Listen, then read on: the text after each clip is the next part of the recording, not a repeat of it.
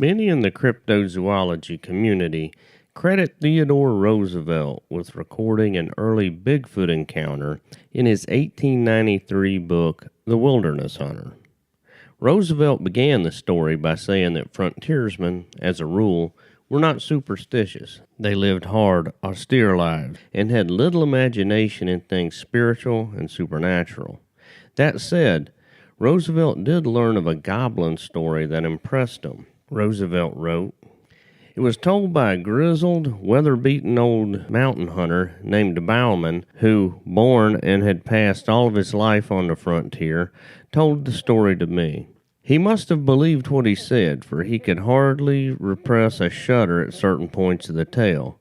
But he was of German ancestry, and in childhood had doubtless been saturated with all kinds of ghosts and goblin lore, so that many fearsome superstitions were latent in his mind. Besides, he knew well the stories told by the Indian medicine men in their winter camps of the snow walkers and the specters, the formless evil beings that haunt the forest depths, and the dog and waylay and lonely wanderer who, after nightfall, passes through the regions where they lurk. It may be that when overcome by the horror of the fate that befell his friend, and when oppressed by the awful dread of the unknown, he grew to attribute, both at the time and still more in remembrance, weird and elfin traits to what was merely some abnormally wicked and cunning wild beast. But whether this was so or not, no man can say."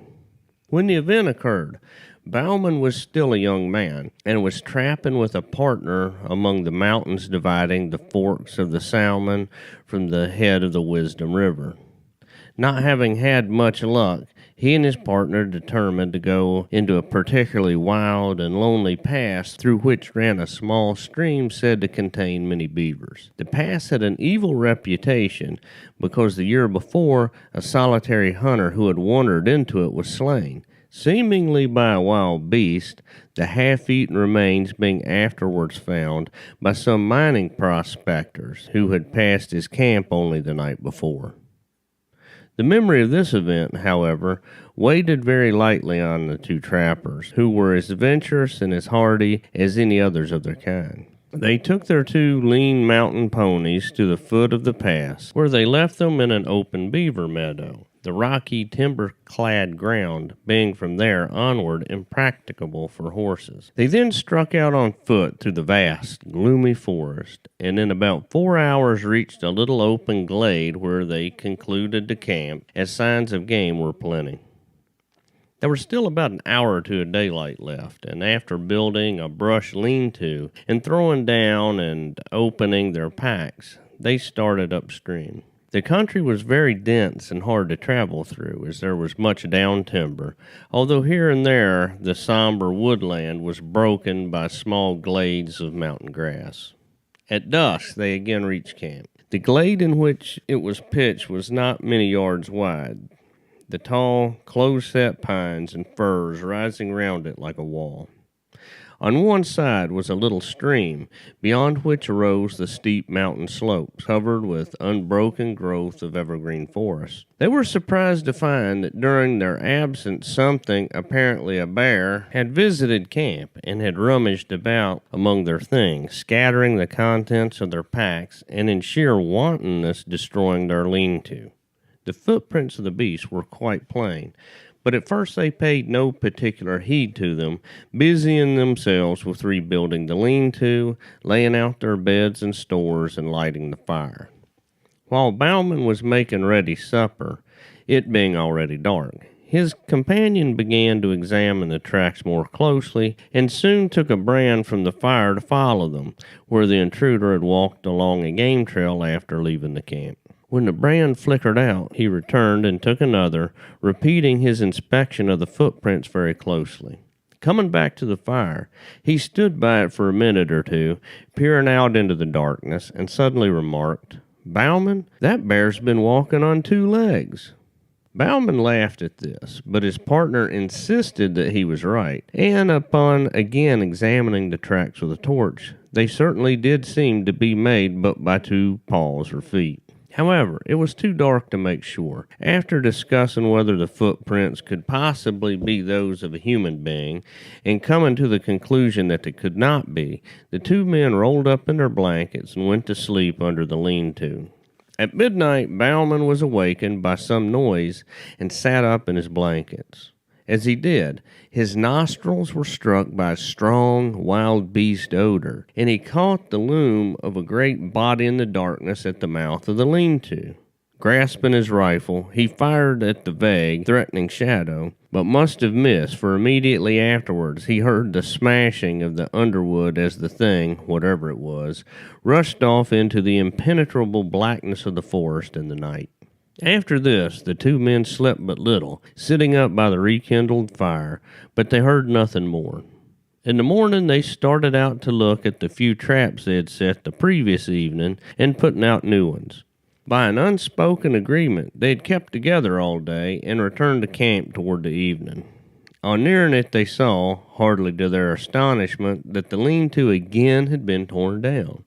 The visitor of the preceding day had returned, and in wanton malice had tossed about their camp kit and bedding and destroyed the shanty. The ground was marked up by its track, and on leaving camp it had gone along on the soft earth back by the brook.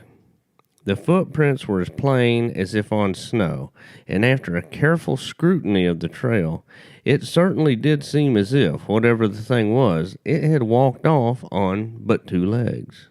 The men, thoroughly uneasy, gathered a great heap of dead logs and kept up a roaring fire throughout the night, one or the other sitting on guard most of the time. About midnight, the thing came down through the forest opposite, across the brook, and stayed there on the hillside for nearly an hour. They could hear the branches crackle as it moved about, and several times it uttered a harsh, grating, long-drawn moan, a peculiarly sinister sound. Yet it did not venture near the fire. In the morning, the two trappers, after discussing the strange events of the last 36 hours, decided they would shoulder their packs and leave the valley that afternoon. They were the more ready to do this because, in spite of seeing a good deal of game sign, they had caught very little fur. However, it was necessary to first go along the line of their traps and gather them, and this they started out to do. All the morning they kept together, picking up trap after trap, each one empty. On first leaving camp, they had a disagreeable sensation of being followed. In the dense spruce thickets, they occasionally heard a branch snap after they had passed, and now and then there were slight rustling noises among the pines to one side of them.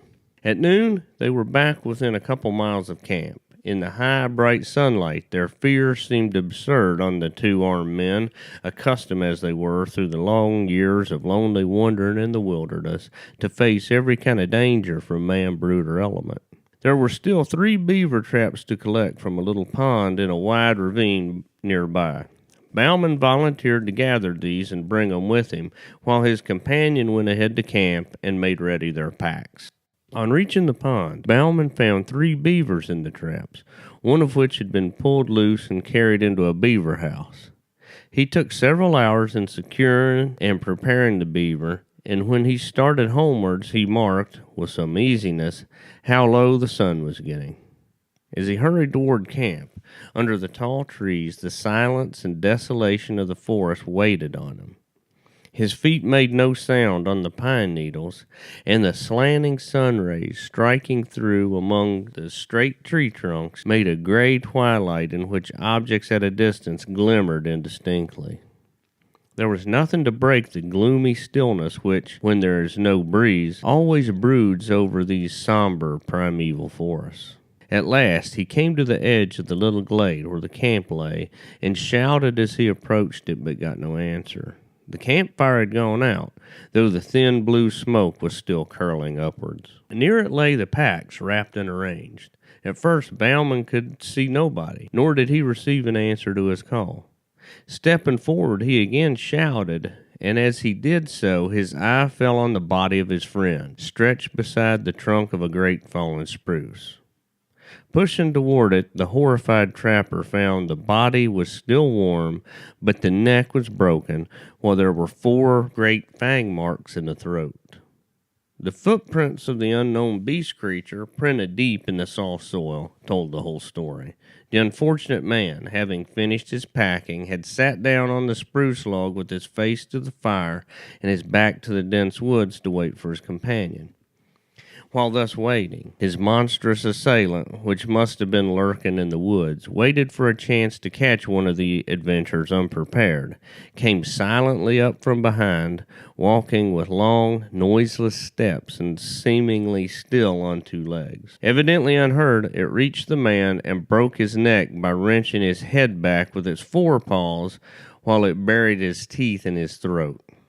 It had not eaten the body, but apparently had romped around it in an uncouth, ferocious glee, occasionally rolling over and over it, and had then fled back into the soundless depths of the woods. Bauman, utterly unnerved, and believing the creature with which he had to deal with was something either half-human or half-devil, some great goblin beast, abandoned everything but his rifle and struck off at speed down the pass, not halting until he had reached the beaver meadows where the hobbled ponies were still grazing. Mounting, he rode onwards through the night until beyond reach of pursuit.